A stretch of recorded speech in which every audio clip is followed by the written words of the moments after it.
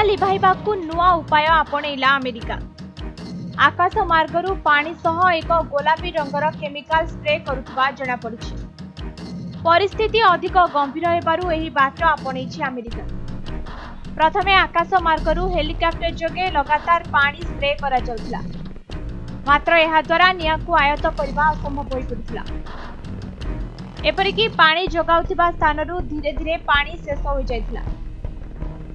एबे सुधा 12,000 कोठा एही नियारे जळी जाइथिबा कुहा जाउछि। 24 जण लोकंकर एथिरे मृत्यु होइथिबा खबर सामना को आसिछि। तेबे काया मेलाउथिबा नियांकु नियंत्रण करबा पई शेषरे प्रशासन एक भिन्न पद्धति आपणैछन्ति।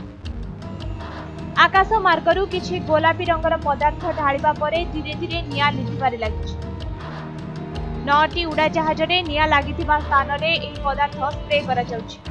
तेबे एही रासायनिक पदार्थ हेउछि अमोनियम पॉलीफॉस्फेट। यार एक विशेष गुण हेउछि कि एहा वायु रे थिबा अम्लजान परिमाण ह्रास करिदिए। सूचना योग्य जे निया लगाइबा पई अम्लजान आवश्यक रहिछि। अम्लजानर अनुपस्थिति रे निया लागि परिबो नाही। तेबे अमोनियम पॉलीफॉस्फेट वायु रे थिबा अम्लजानर परिमाण ह्रास करिदिए। फलरे निया व्यापीबा पई आवश्यक थिबा अम्लजान परिमाण मध्य कमी जाए और निया आपे आपे लिपि जाए। एही पद्धति द्वारा वर्तमान अमेरिकार लॉस एंजेल्स लागिथिबा भयंकर निया को आयत्त करा जाई परिछि।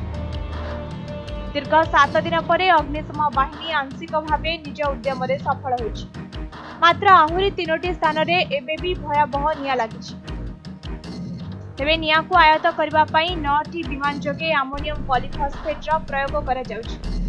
अन्यपटे निया लिभाइबा पई 20टी हेलिकॉप्टर जोगे पानी स्प्रे करा जाउथिबा सूचना मिलिछि। ब्यूरो रिपोर्ट समय।